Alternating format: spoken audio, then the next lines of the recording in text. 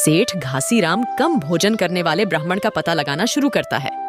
आखिरकार उसे पड़ोस के गांव में रहने वाले ब्राह्मण वीरपाल के बारे में पता चलता है। सेठ घासीराम ब्राह्मण वीरपाल के घर जाता है। ब्राह्मण देवता, आपको कल मेरे घर भोजन पर आना है। क्या बात है जजमान, आपने भोजन का निमंत्रण दिया? जी ब्राह्मण देवता, मैं एक बड़े संकट में फंस गया था और मैंने उस समय एक ब्राह्मण देवता को भोजन कराने की मन्नत मांग ली थी।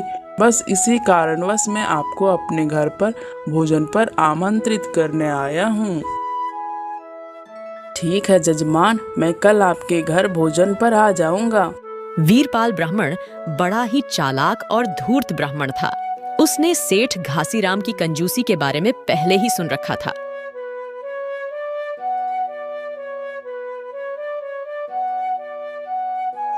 भाग्यवान, मैंने कल के भोजन के लिए ब्राह्मण देवता को निमंत्रण तो दे दिया है, लेकिन मैं यह भूल गया था कि कल मुझे बहुत जरूरी काम से दूसरे गांव जाना है।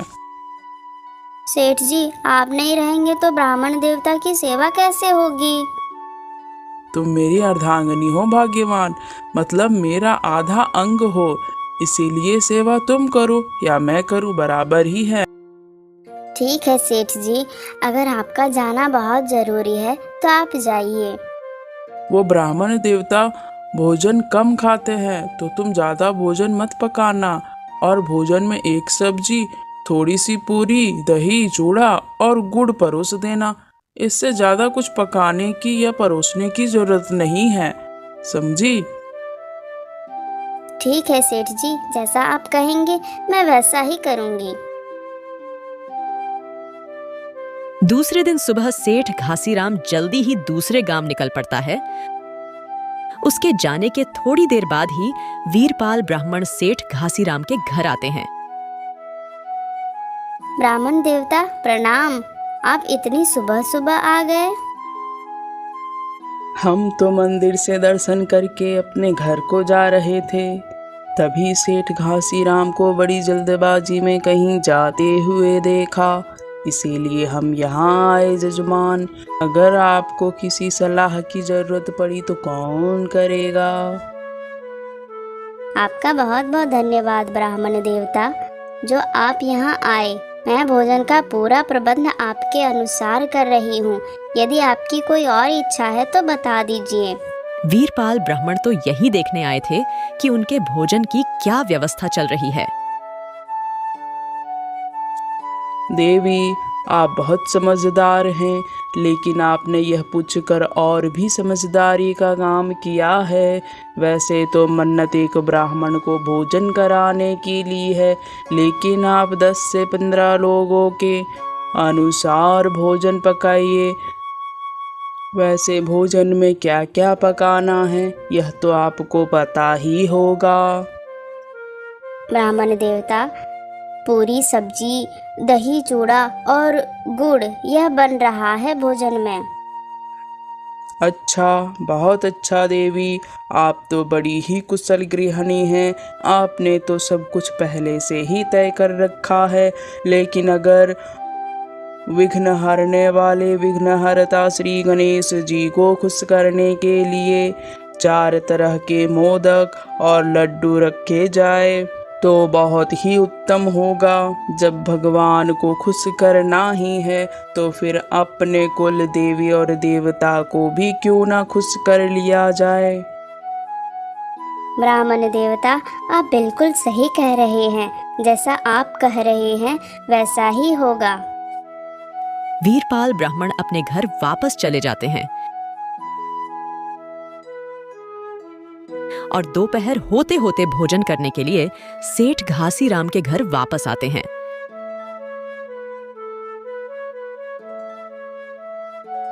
देवी, भोजन तो तैयार हो ही गया होगा।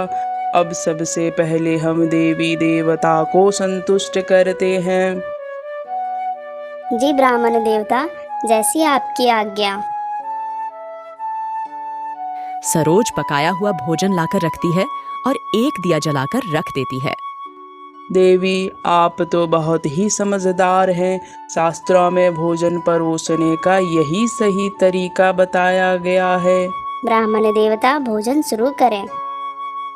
देवी, बाकी तो सब ठीक है, लेकिन इसमें सोने के 2 सिक्के की कमी है।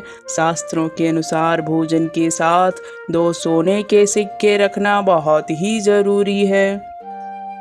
सेठ जी ने तो इसके बारे में कुछ नहीं कहा, लेकिन अगर शास्त्रों में ऐसा लिखा है तो यह करना भी जरूरी है। सरोज ब्राह्मण देवता से कोई बहस नहीं करती और 2 सोने के सिक्के लाकर वहां रख देती है। वीरपाल ब्राह्मण भोजन शुरू करते हैं, पेट भर कर खाते हैं और उसके बाद सारा बचा हुआ भोजन एक कपड़े की पोटली में बांध लेते हैं और 2 सोने के सिक्के उठाकर अपनी जेब में रखते हैं। देवी, भोजन बहुत ही स्वादिष्ट था। यह ब्राह्मण सेठ घासी राम और उसके परिवार से बहुत ही प्रसन्न है। भगवान तुम दोनों पर अपनी कृपा बरसाए। अब बस जल्दी से हमारी दक्षिणा ले आइए। दक्षिणा? कैसी दक्षिणा ब्राह्मण देवता?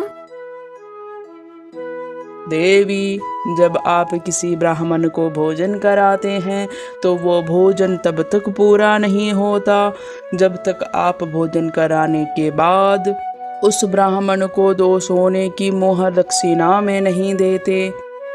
देवी, आप तो इतनी कुशल गृहिणी हैं, इस नियम के बारे में तो सब जानते हैं, क्या आप नहीं जानती? सरोज जानती है कि सेठ घासीराम कभी भी दक्षिणा में 2 सोने की मोहरें देने को तैयार नहीं होंगे, पर वह सोचती है कि सेठ जी ने तो इसके बारे में कुछ नहीं कहा, लेकिन अगर शास्त्रों में ऐसा लिखा है तो यह करना भी जरूरी है।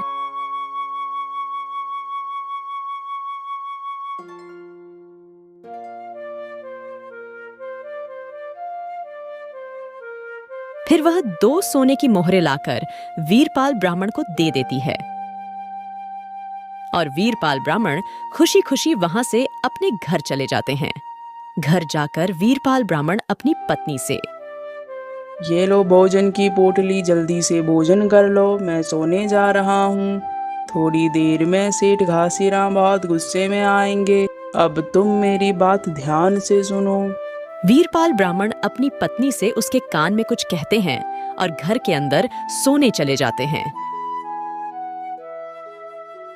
उन्होंने इतना ज्यादा भोजन किया होता है कि थोड़ी देर में ही वह खर्राटे लेने लगते हैं, गहरी नींद में सो जाते हैं।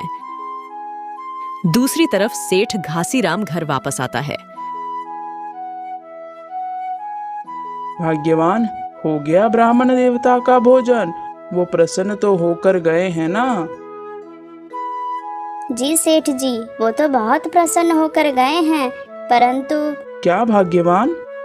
सरोज डरते हुए सेठ घासीराम को सारी बातें बताती है और सेठ घासीराम गुस्से में वीरपाल ब्राह्मण के घर डंडा लेकर पहुंच जाता है और जोर जोर से चिल्लाने लगता है, अरे ठग कहीं के, कहाँ है तू? वीरपाल ब्राह्मण की पत्नी जोर से चिल्लाते हुए रोती है, अरे दुष्ट पापी, तू कौन से जन्म का बदला मेरे पंडित जी से लेने आया है? तुमने अपने घर भोजन के लिए बुलाकर उस भोजन में जहर मिलाकर दे दिया। तुम्हारे घर का भोजन करने के बाद मेरे पंडित का क्या हाल हो गया है। अगर मेरे पंडित जी को कुछ हो गया तो कोतवाली में तुम्हारी शिकायत करूंगी, तुम्हें जेल में बंद करवा दूंगी मैं। अरे आप पहले धीरे बोलिए, क्या हो गया ब्राह्मण देवता को? अगर मेरे पंडित जी को कुछ हो गया तो मेरा और मेरे बच्चों का क्या होगा? उन्हें कौन देखेगा पापी?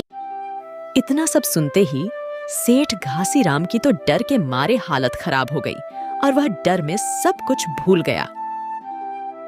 क्या हो गया ब्राह्मण देवता को?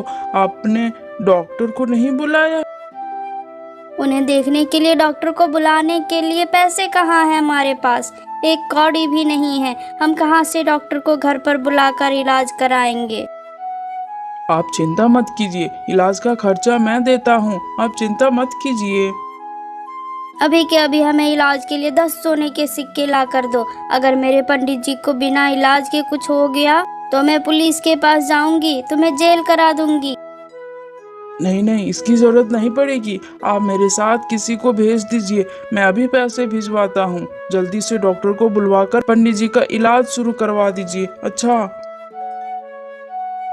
वीरपाल पंडित की पत्नी अपने बेटे को सेठ घासीराम के साथ उसके घर भेजती है और सेठ घासीराम वीरपाल पंडित के बेटे के हाथ में 10 सोने के सिक्के देता है।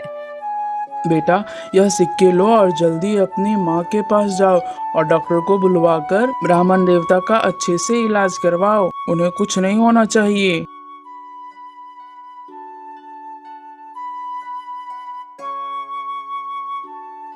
क्या हो गया सेठ जी, क्या बात है?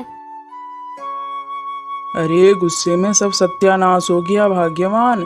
तुमने ब्राह्मण देवता को खाने में जहर डालकर दे दिया और इसकी वजह से जेल मुझे जाना होगा। इसी तरह ब्राह्मण देवता की जान बचा लो। मैं 1000 ब्राह्मणों को भोजन करवाऊंगा। बाहर खड़ा वीरपाल ब्राह्मण का बेटा यह सारी बातें सुन लेता है और घर जाकर वो वीरपाल ब्राह्मण और उनकी पत्नी से